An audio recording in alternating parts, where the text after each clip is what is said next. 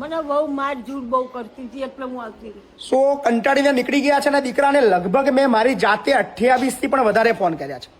સો સવારથી સાંજ સુધી રોજ એવા અઘરા અઘરા કિસ્સા આવે છે અને એગ્રેસિવ નેચર ને મતલબ ગુસ્સો અને ગાડો એટલે નીકળે છે.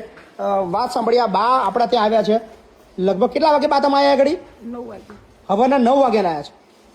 શું નામ બા તમારું? કમરાબા. અત્યારે વાગ્યા છે 7 અને 10. 7 અને 10 થઈ છે. બા અહીંયા 9 વાગ્યાના આવ્યા છે. 10 વાગ્યાના દીકરાને આપણે જાણ કરીએ છીએ કે તમારા મમ્મી આવી ગયા છે. કોઈ આધાર કાર્ડ લાવે નથી, કોઈ ડોક્યુમેન્ટ લાવે નથી અને તકલીફ હતી. શું તકલીફ હતી તમને? મને બહુ માર ઝૂડ બહુ કરતી હતી એટલે હું આવતી રહી. સો કંટાળીને નીકળી ગયા છે અને દીકરાને લગભગ મેં મારી જાતે 28 થી પણ વધારે ફોન કર્યા છે.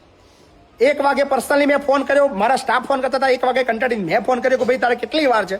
તો કે હું નીકળી ગયો છું, રસ્તામાં છું. 2 વાગે ફોન કરું છું, અમદાવાદની ડિસ્ટન્સની વાત કરે છે, હું રસ્તામાં છું.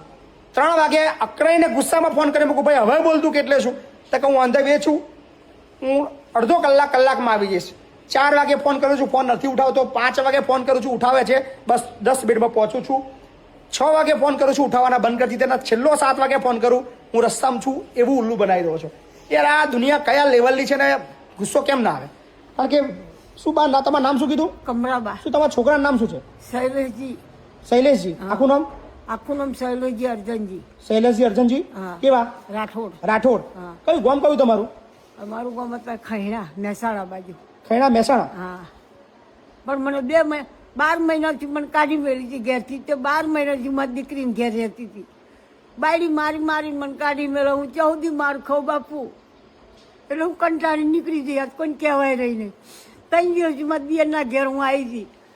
તો દરરોજ આવા 20-25 કિસ્સા આવે છે. અમારો પ્રયત્ન પહેલો એ હોય છે કે એના વાલીને ફોન કરીએ અને વાલીને ફોન કરીને જે પણ વડીલ છે એને આપી દઈએ અને પછી જો કોઈ લેવા ના આવે તો અમે એડમિશન આપીએ. આ અમારી પ્રોસેસ છે.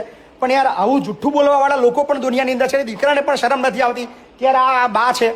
યાર દરેક વસ્તુની એક મર્યાદા હોય. અમારી પણ સહનશક્તિની મર્યાદા હોય. પછી માણસ અકળાઈને કરે શું યાર? કારણ કે તમને વારંવાર 28 વાર હું પર્સનલી ફોન કરી રહ્યો છું, પણ આવી રહ્યો છું, ઓન ધ વે છું, રસ્તામાં છું. ફોન ઉઠાવવાના બંધ. 2-3 કલાકે ફોન ઉઠાવવાનો, જવાબ નહીં આપવાનો. આ એની પ્રોસેસ છે. પણ વાંધો નહીં, રાહ જોઈએ છે. આવે તો ઠીક છે, નહીં આવે તો વૃદ્ધાશ્રમમાં અમે તો લઈ લઈશું. પણ દુનિયાને એટલે બતાવીએ છીએ કે આવા પણ લોકો છે અને આખા દિવસમાં મારી પાસે આવા 10 કિસ્સા આવે છે. મગજ એટલે ગરમ હોય છે.